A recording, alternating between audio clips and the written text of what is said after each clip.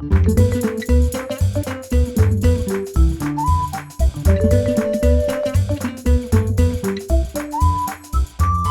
amigos, ¿cómo están? Hey guys, welcome back to another great lesson of the Language Tutor Spanish. This is lesson 66. And in this lesson, we're going to be talking about something that one of you suggested. I was out there on the Language Tutor Spanish Facebook page and I said, hey, what do you guys need from me? And got a lot of great suggestions and they're coming soon. I'm telling you, I've already made a list. But this one is a viewer suggestion, and it is about how nouns and adjectives work together. You know, we've always said adjectives come after the noun, right? We've always said that, you know, and that's a general rule. And don't forget that rule, okay? Because that's still a general rule that typically the adjective comes after a noun. Here's an example. If I were to say, she has a red blouse. Ella tiene una blusa roja. Okay, so there you go. It's a blouse red. And of course, we modify that adjective to match blusa, which is feminine, so it's roja.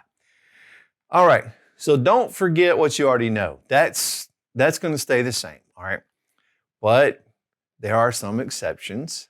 Sometimes I refer to these people as troublemakers because they have to break the rules. But there are some exceptions. And in certain cases, we're going to put that adjective in front of the noun, okay?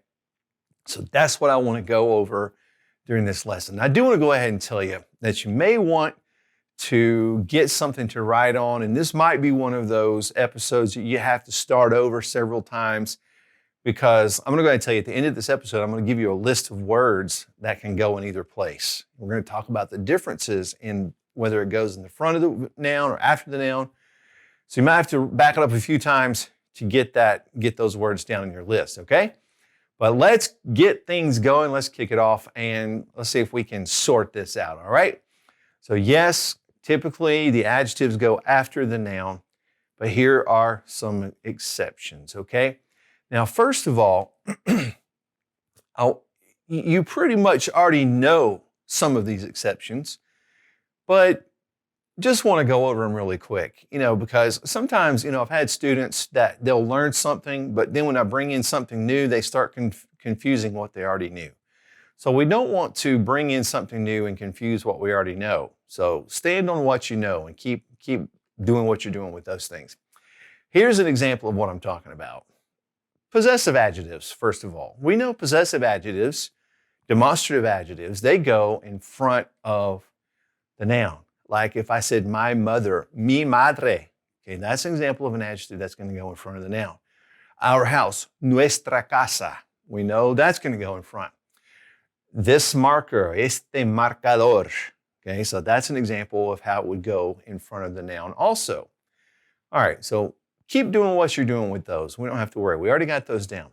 Now, I'll go ahead and introduce to you a category of words that we're going to use in front of the noun, and that is adjectives that define quantity, okay? Here's an example. Numbers. Hay 9 casas en la calle. There are 9 houses on the street. Okay, 9. That's an example of one that would go in front of the noun. We know that numbers go in front, so here's another one. Él tiene más dinero que su amigo. He has more money than his friend.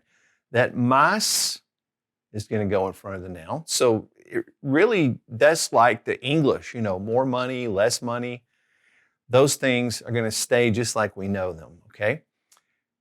So más, the word menos, as I mentioned a second ago, less.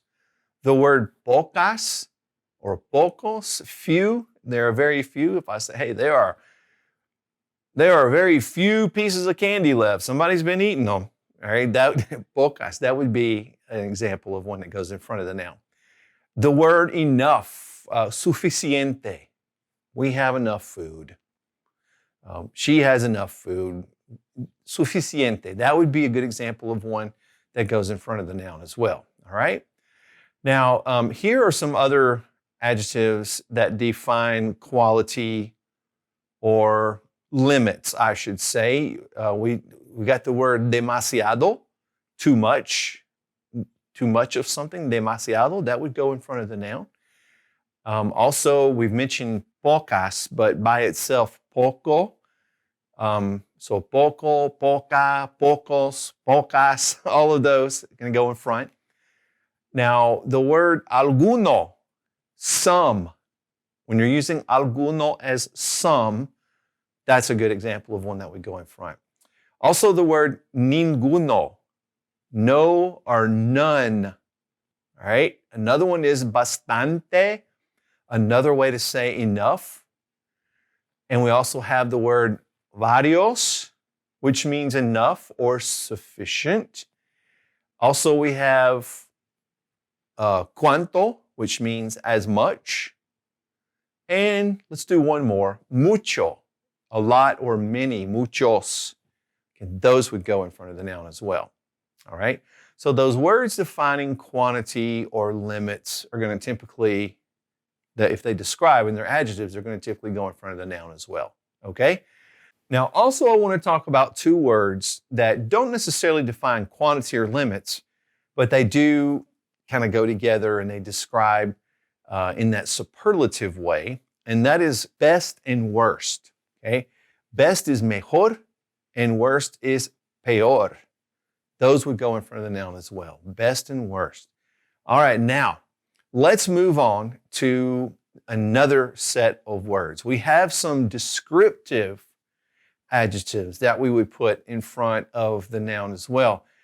Now, these words are really words when you want to use an adjective that really emphasizes a quality of or characteristic of someone or something, then you can put it in front of the noun as well. Now, here's an example. If I said, este dulce chocolate es delicioso. This sweet chocolate is delicious. And we're putting it up there because we really want to emphasize the characteristic of that chocolate, this sweet chocolate. So if you're really emphasizing that characteristic or a particular characteristic of it, you can put it in front of the noun. Here's one. The brave lion attacked his enemies. You're emphasizing brave, so you could say, el valiente león atacó a sus enemigos. That would be an example. So that valiente is going in front of león. We're emphasizing that characteristic of the lion. That's a good example, all right? Now I'm going to give you two that are kind of by themselves. And these can actually go before or after. Okay, so that's why I'm putting them together, because they can go before or after. And it depends, you're going to hear it both ways. You can use it either way. And that is the word bueno and the word malo, good and bad. I'm going to show you two examples here on the screen. So, un día bueno, a day good, or un buen día. Now notice with bueno and malo, when I put it up front, I'm taking off that O. So I'll just say buen or mal. Okay, so un día bueno or un buen día. It can work either way. You're going to get basically the same meaning out of those, okay? Now, I want to give you one final category of words. These words can go either in front of or after the noun. And the reason I'm giving you these together is because when you use it in the front, it has one meaning, and when you use it after the noun, it has another meaning. So it kind of changes meaning depending on where you use it. All right, and I'm going to give you a list. So this is really where you may want to rewind, back this video up a few times and watch it if you're taking notes right now. Si tomas apuntes, okay? Now, first one I want to give you is the word pobre, pobre.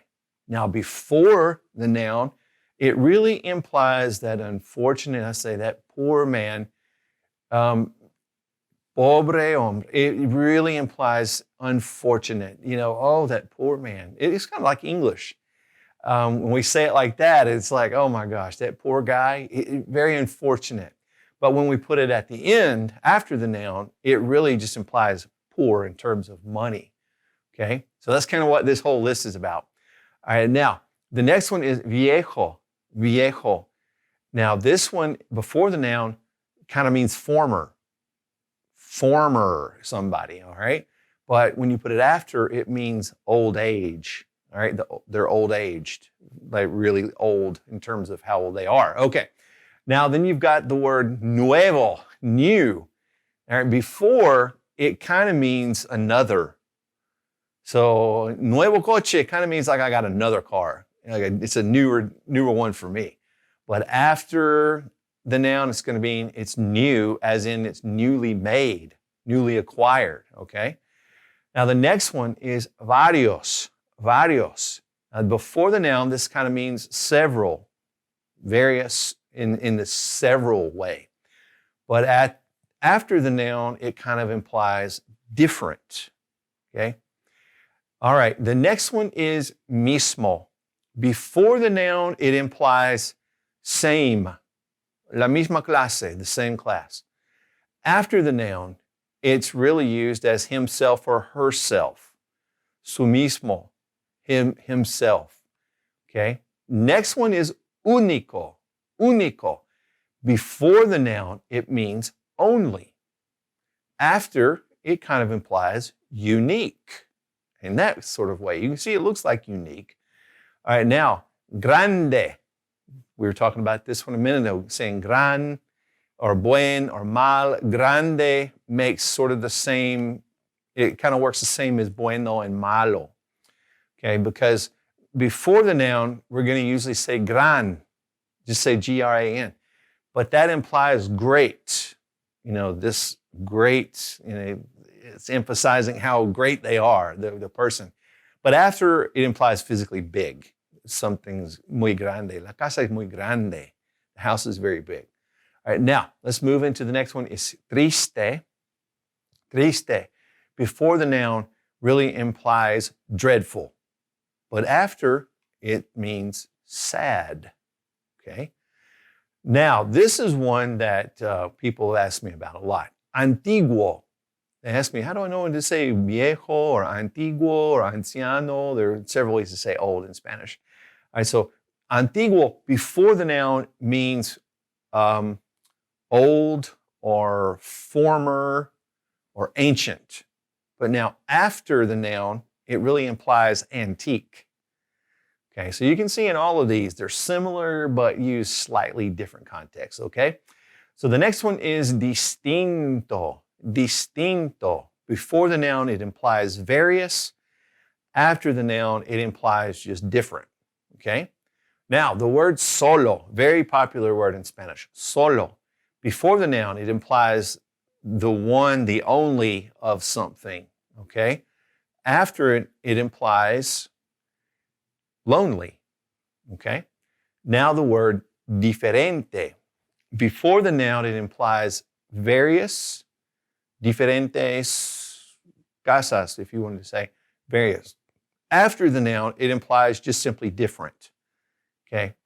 Now, the word simple, simple means before the noun, mere, M-E-R-E. But after, it implies simple or modest. Now we move to the word cualquier. Before the noun, it really implies any. When you're talking about, it's kind of like you've got these available and it's any of those available in that context. But after the noun, it's just kind of like any, doesn't matter, it's just any. Okay, I hope that makes sense. All right, this is fun, isn't it? Okay, next one is raro, raro. Before the noun, it means rare, and after the noun, it implies strange. Okay.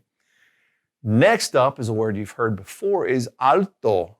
Alto, we've always said, hey, that means tall, right? Yes. Before the noun, though, it implies like top or high quality. But after the noun, it implies tall, okay? Now we have the word cierto. I've heard this word a whole lot in Spanish. Cierto before the noun implies certain. But after the noun, it means true, or it can mean of course. Somebody says cierto, of course. All right, just a couple of more. Next one is puro, puro, P-U-R-O. Before the noun, it really implies nothing but, okay?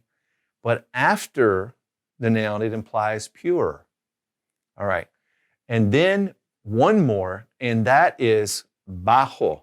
We talked about alto a while ago. Here is bajo, it's opposite. You go, I know that means short, right? It does when it's after, but before the noun, alto meant high quality. This is like low quality, okay? But then after the noun, it means short, all right? Well, amigos, that is it for this lesson. I hope that this has really helped you understand the different ways we can put adjectives in front of nouns and the reason why, okay? You know, if you have a question or comment for me, just shoot me an email at dannyevans3371@gmail.com. I'd love to hear from you. And also, go to Facebook and type in the Language Tutor Spanish. Now, I said Spanish because there's actually a Language Tutor page and there's a Language Tutor Spanish page, okay? So if you're learning Spanish, jump on the Language Tutor Spanish page, and that way we can start conversing because that's where we put all the stuff about Spanish. But I am loving getting to know all of you viewers that are coming onto the Facebook page. We have several a day joining, and they're just adding such great thoughts and putting great information there, and we're conversing and just talking about different resources. It's great. So jump on there and join in with us, and we'd love to have you, okay? All right, guys, I wish for you paz y bendiciones, peace and blessings for you and all of your friends and family. I'll see you next time on the next episode of the Language Tutor Spanish. Hasta pronto. Friends, thanks for watching The Language Tutor. If you have a question for me, feel free to leave it in the comment section below the video. And please click subscribe and the notification bell so that you'll never miss any of our language lessons.